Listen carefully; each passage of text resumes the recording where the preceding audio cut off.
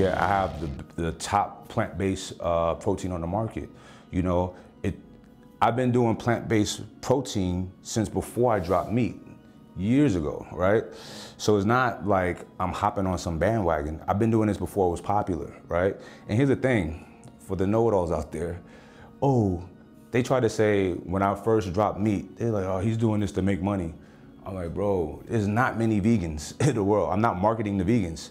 You know what I'm saying? When I came out, the vegan people, they wanted to interview me, this and the third. I was like, look, this is not, I'm doing this for selfish reasons, not like the ethical reasons that are vegan. You know what I'm saying? Right. This is for me, for my health. You know what I'm saying? So I'm not trying to play that card at all. This is what I feel like I needed to do at this point in my life. You know what I'm saying? To get healthier, and it worked. So our protein, Planta, listen, just to show you that this is for real. You pick any company, they may have 2 or 3 flavors. I have 12. 12. That's a lot. And protein is not a moneymaker. And vegan protein is even more expensive than whey to make.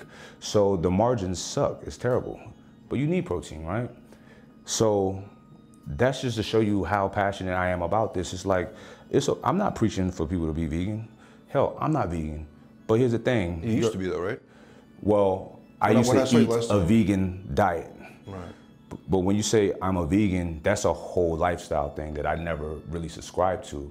You know, no leather, you know. It's complex. There's like no animal product at all. It's crazy, yeah. I'm just like, I don't want to live like that, you know what I mean? So, not saying at some point I wouldn't do that, but I've never spent any time doing research on animal cruelty. Are you on a vegan diet right now, or you stopped? Nah, I'm not. I stopped this year. I introduced like salmon and fish back into my diet, but it's not a lot. Were you lacking something, you feel like, vitamin-wise? No, I wasn't. You know, I have the supplementation to get what I didn't have from meat in an abundance, but it was just not convenient for me when I was on the road. I was finding it hard to stay satiated when at home I know I have all my stuff at home. This is a lot easier. I travel so much, it becomes kind of difficult.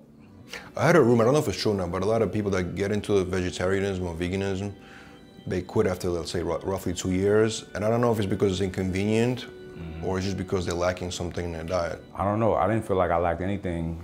I don't look any different now than when I was no meat. Now, granted, I lost a lot of weight in the beginning. I lost about 35, 36 pounds, but I needed to lose weight, you know? So. You did? Oh yeah. I was way too heavy, bro. Way too heavy. How heavy were you? I was like around 250, 248, like around there. That's way too heavy, you know? And so once I lost that baseline weight, I was good.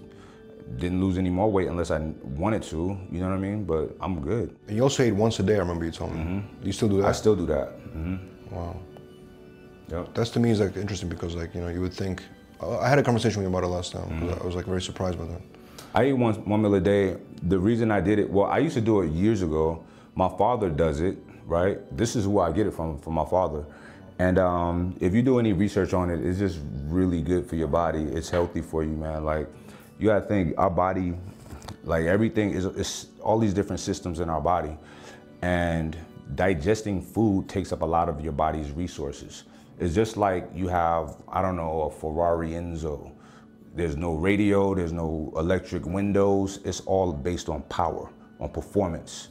Once you have air conditioning, that takes up 15, 20% of that car's resources. You turn that on, you know what I mean? So it's the same with our body.